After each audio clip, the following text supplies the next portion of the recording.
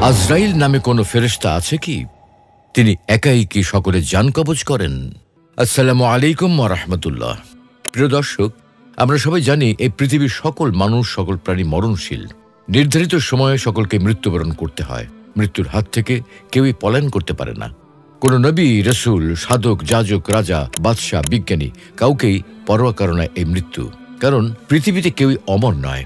সময় হলে সকলের দেহ থেকে প্রাণবায়ু বা আত্মা হরণ করা হয়।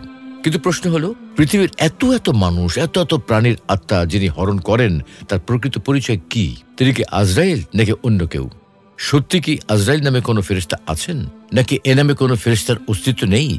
অথবা কিভাবে তিনি এত মানুষের প্রাণ হরণ করেন? আজ আমরা এই নিয়ে নির্ভরযোগ্য তথ্যসূত্রের আলোকে বিস্তারিত আলোচনা করব ইনশাআল্লাহ। তাই শেষ পর্যন্ত আমাদের সাথেই থাকুন। আজরাইলের পরিচয়।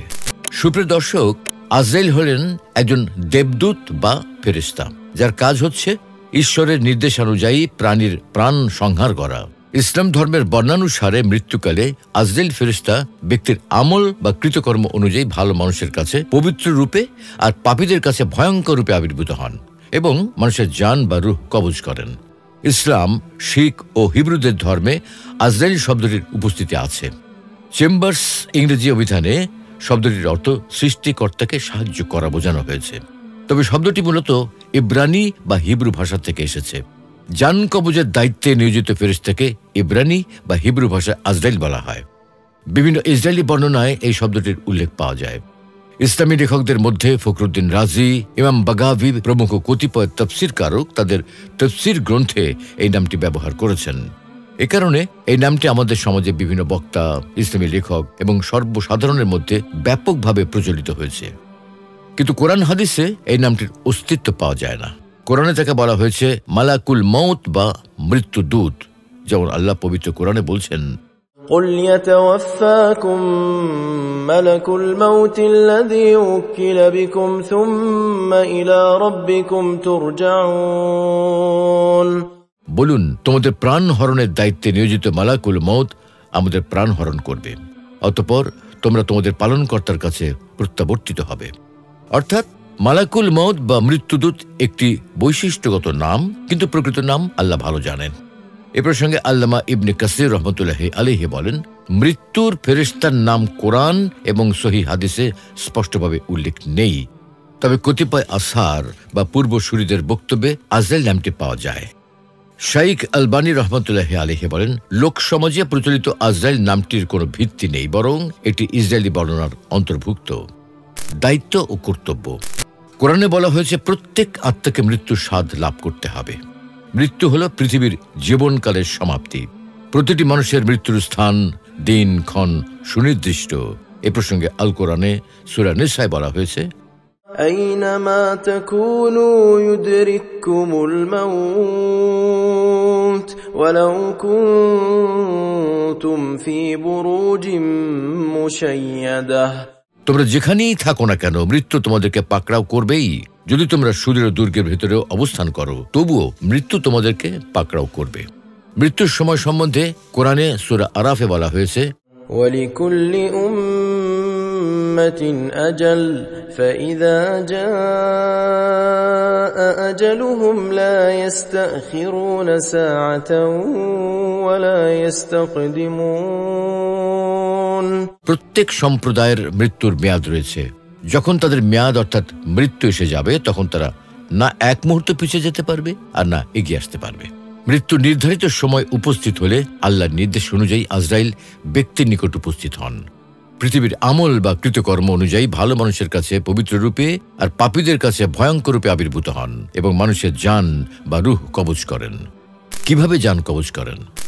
কিভাবে জান কবজ করা হয় অথবা আজরাইল কিভাবে জান কবজ করেন, এ বিষয়ে বারা ইবনে আজেব রাহমাতুল্লাহি আলাইহি থেকে একটি দীর্ঘ হাদিস বর্ণিত হয়েছে। হাদিসটির আলোকে সংক্ষিপ্তভাবে বলা যায়, নিশ্চয়ই ইমানদারের যখন দুনিয়া থেকে বিদায় নিয়ে পরকালের পথে যাত্রার সময় ঘনিয়ে আসে, তখন উজ্জ্বল শুভ্র চেহারার ফেরেশতারা তার কাছে নেমে আসেন। তাদের চেহারাগুলো যেন এক একটা সূর্য। তাদের সঙ্গে থাকে জান্নাতি কাফন ও জান্নাতি সুগন্ধি। তারা তার কাছে বসে পড়েন। তারপর মৃত্যু ফেরেশতা এসে তার মাথার পাশে বসে বলেন, হে পবিত্র আত্মা, আল্লাহর ক্ষমা ও সন্তুষ্টির দিকে বেরিয়ে এসো। রাসূল সাল্লাল্লাহু আলাইহি ওয়াসাল্লাম বলেন, তারপর পাত্রের মুখ থেকে গড়িয়ে পড়া ফোঁটার মতো তার আত্মা বেরিয়ে আসে। আজরাইল আলাইহিস সালাম সেই আত্মাকে বরণ করে নেন। আজরাইল আলাইহিস সালাম হাতে নেওয়া মাত্রই চোখের পলকে অন্য ফেরেশতারা সেই আত্মা নিয়ে জান্নাতি কাফনে ও জান্নাতি সুগন্ধিতে রেখে দেন। তার থেকে মিশকের চেয়ে উত্তম সুগন্ধি ছড়িয়ে পড়ে, যা কখনো কখনো জমিনেও অনুভূত হয়। রাসূল সাল্লাল্লাহু আলাইহি ওয়াসাল্লাম বলেন, এরপর তারা সেই আত্মা নিয়ে ঊর্ধ্বারোহণ করতে থাকেন। যখনই কোনো ফেরেশতা পাশ দিয়ে অতিক্রম করেন, তারা জিজ্ঞেস করেন, এটা কার পবিত্র আত্মা? তারা তার নাম উল্লেখ করে বলেন, অমুকের ছেলে অমুক।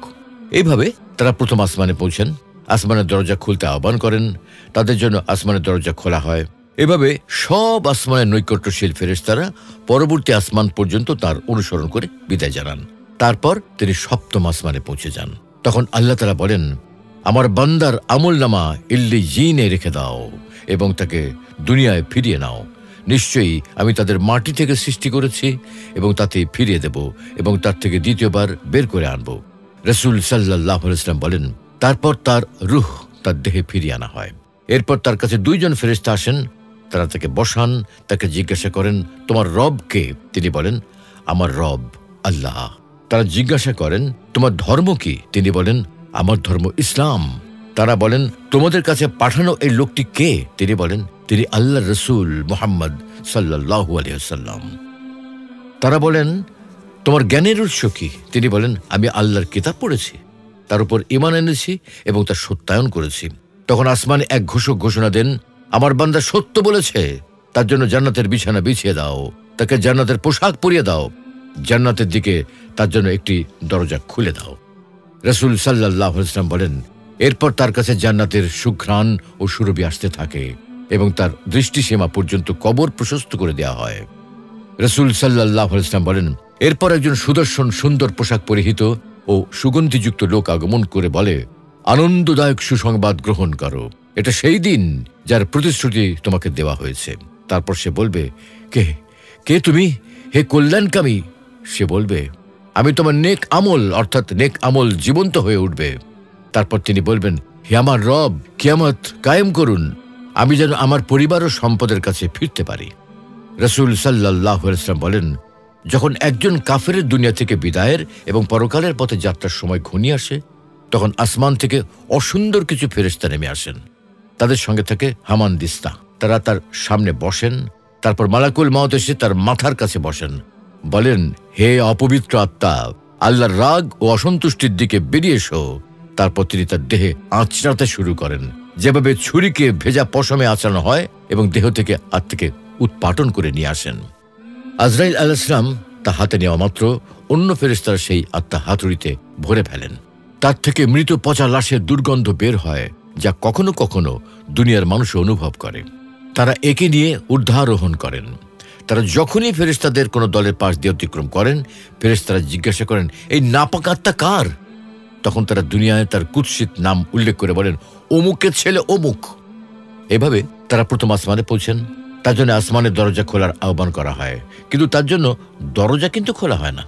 তারপর রাসূল সাল্লাল্লাহু আলাইহি ওয়াসাল্লাম এই আয়াত তেলাওয়াত করেন, যার অর্থ হলো, তাদের জন্য আসমানের দরজাগুলো খোলা হবে না এবং তারা জান্নাতে প্রবেশ করতে পারবে না যতক্ষণ না সূচে ছিদ্র পথে উট প্রবেশ করবে। আল্লাহ তখন বলবেন, তার আমলনামা সিজ্জিনে রেখে দাও। তারপর তার রূহ ছুঁড়ে ফেলা হয়। এরপর রাসূল সাল্লাল্লাহু আলাইহি ওয়াসাল্লাম কোরআনের আয়াত পাঠ করেন, যার অর্থ হলো, এবং যে ব্যক্তি আল্লাহর সঙ্গে শরীক করল, সে যেন আকাশ থেকে ছিটকে পড়ল।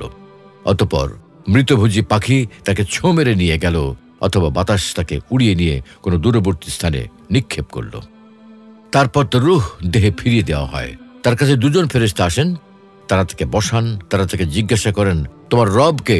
সে বলে, হায় আফসোস, আমি তো জানি না। তারা জিজ্ঞাসা করেন, তোমার ধর্ম কি? সে বলে, হায় আফসোস, আমি জানি না।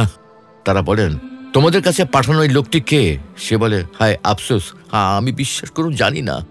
তখন আসমান থেকে একজন ঘোষক বলেন, সে মিথ্যা বলেছে, তার জন্য জাহান্নামের বিছানা বিছিয়ে দাও, জাহান্নামের দিকে তার জন্য একটা দরজা খুলে দাও। ফলে তার কাছে জাহান্নামের উত্তাপ ও লু হাওয়া আসতে থাকে। তার কবর এতটা সংকীর্ণ করে দেওয়া হয় যে তার এক পাঁজরের হাড়গুলো অন্য পাঁজরে ঢুকে যায়। তার কাছে একজন কুৎসিত চেহারা, দূষিত পোশাক ও দুর্গন্ধযুক্ত এক লোক এসে বলে, দুঃসংবাদ গ্রহণ করো, তোমাকে এই দিনের প্রতিশ্রুতি দেওয়া হয়েছিল। সে বলবে, তুমি কে? অকল্যাণ নিয়ে এসেছো? লোকটি বলবে, আমি তোমার বদ আমল। তারপর সে বলবে, হে আমার রব, কিয়ামত যেন সংঘটিত না হয়। আজরাইল কি সবার জান কবজ করেন? সুপ্রিয় দর্শক, আমাদের অনেকের ধারণা সব মানুষের রূহ কবজ করেন আজরাইল আলাইহিস সালাম, কিন্তু এই ধারণা কিন্তু সঠিক নয়। রূহ কবজ করার প্রধান দায়িত্বপ্রাপ্ত ফেরেশতা হলেন মালাকুল মউত, কিন্তু তার সহযোগী বহু ফেরেশতা আছেন, তারা মালাকুল মউতের নির্দেশে এই দায়িত্ব পালন করে থাকেন। যেমন আল্লাহ তাআলা সূরা সাজদার 11 নম্বর আয়াতে বলেন, বলে দাও তোমাদের জান কবজের দায়িত্বে নিয়োজিত ফেরেশতারা তোমাদের প্রাণ হরণ করবে, অতঃপর তোমরা তোমাদের রবের কাছে ফিরে যাবে। এই আয়াতে আল্লাহ তাআলা মাত্র একজন ফেরেশতার কথা বলেছেন। অন্য আয়াতে এসেছে, যারা নিজের প্রতি অবিচার করে ফেরেশতারা তাদের রূহ কবজ করে বলে, তোমরা কি অবস্থায় ছিলে? এই আয়াতে রূহ কবজকারী ফেরেশতার ক্ষেত্রে বহুবচন ব্যবহার করা হয়েছে। অনুরূপ বহুবচন ব্যবহৃত হয়েছে সূরা মুহাম্মাদের 27 নম্বর, সূরা আনামের 61 নম্বর আয়াত সহ আরো একাধিক আয়াতে। যেমন সূরা আনামের 61 নম্বর আয়াতে বলা হয়েছে, হাত্তা ইযা জাআ আহাদাকুমুল মাউত তাওয়াফাতহু রুসুলুনা ওয়া হুম লা ইউফাররিতুন। অবশেষে যখন তোমাদের কারো মৃত্যু উপস্থিত হয়, তখন আমার রসুল বা প্রেরিতরা তার মৃত্যু ঘটায় এবং তারা এতে কোনো ত্রুটি করে না। এই আয়াতের ব্যাখ্যায় বলা হয়েছে, রসুল শব্দ দ্বারা রূহ কবজ করার সময় আজরাইলের সঙ্গে উপস্থিত সহকারী ফেরেশতাগণকে বোঝানো হয়েছে। রূহ কবজ করার সময় মালাকুল মউত মূল দায়িত্ব পালন করলেও সঙ্গে তার একদল ফেরেশতা উপস্থিত থাকে। রূহ কবজ করার পর রূহকে রহমতের ফেরেশতা অথবা আযাবের ফেরেশতার নিকট হস্তান্তর করা হয়। এর আলোকে বোঝা যায়, জান কবজকারী মালাকুল মউতের সঙ্গে বহু ফেরেশতা রয়েছেন। বিষয়টি স্পষ্টভাবে এক হাদিসে বর্ণিত হয়েছে। যেমন বারা বিন আযেব রাদিয়াল্লাহু তাআলা আনহু থেকে বর্ণিত, রাসূলুল্লাহ সাল্লাল্লাহু আলাইহি ওয়াসাল্লাম বলেন, মুমিন বান্দা যখন দুনিয়াকে বিদায় দিয়ে আখিরাতের যাত্রী হতে থাকে, তখন উজ্জ্বল চেহারা বিশিষ্ট একদল ফেরেশতা আসমান থেকে তার কাছে আসেন, যাদের চেহারা সূর্যের মতো। তাদের সঙ্গে বেহেশতের কাপনসমূহের একটি কাপন থাকে, বেহেশতের সুগন্ধিগুলোর একটি তাদের সঙ্গে থাকে। তারা সেই ব্যক্তি থেকে দৃষ্টির দূরত্ব পরিমাণ দূরে অবস্থান করেন। এরপর মালাকুল মউত মৃত্যুর দায়িত্বপ্রাপ্ত ফেরেশতা আসেন। তিনি তার মাথার কাছে বসেন এবং বলেন, হে পবিত্র আত্মা, বের হয়ে এসো আল্লাহর ক্ষমা ও সন্তুষ্টির দিকে। রাসূল সাল্লাল্লাহু আলাইহি ওয়াসাল্লাম বলেন, তখন তার রূহ বের হয়ে আসে যেমন ভাবে মশক থেকে পানি বের হয়ে আসে। তখন মৃত্যুর ফেরেশতা তাকে গ্রহণ করেন এবং এক মুহূর্তের জন্য ফেরেশতারা তাকে মৃত্যুর ফেরেশতার হাতে থাকতে দেন না, বরং তারা নিজেরাই তাকে গ্রহণ করেন এবং তাকে ওই কাফনে কাপড় ও ওই সুগন্ধির মাঝখানে রাখেন। ফলে তার থেকে পৃথিবীর সব সুগন্ধি চেয়ে উত্তম মেশকের সুগন্ধ বের হতে থাকে। রাসূল সাল্লাল্লাহু আলাইহি ওয়াসাল্লাম বলেন, তাকে নিয়ে ফেরেশতারা উপরে উঠতে থাকেন। ইবনুল কাইয়িম রাহমাতুল্লাহি আলাইহি ইলামুল মুওয়াক্কিন নামক কিতাবে এবং শাইখ আলবানী রহমতুল্লাহি আলাইহি কিতাবুল জানাইজে এই হাদিসকে সহিহ বলেছেন। এই হাদিস থেকে স্পষ্টভাবে বোঝা যায়, মালাকুল মউত তথা প্রাণ হরণের প্রধান দায়িত্বশীল ফেরেশতার সঙ্গে আরও সহযোগী ফেরেশতারা রয়েছেন। আল্লাহ রাব্বুল আলামিন আমাদের সকলকে জান্নাতি কাফন ও জান্নাতি সুগন্ধ মোড়ানো আত্মা হয়ে আজরাইল আলাইহিস সালামের হাতে নিজেদের জান সুপুর্দ করার তৌফিক দান করুন। আমিন।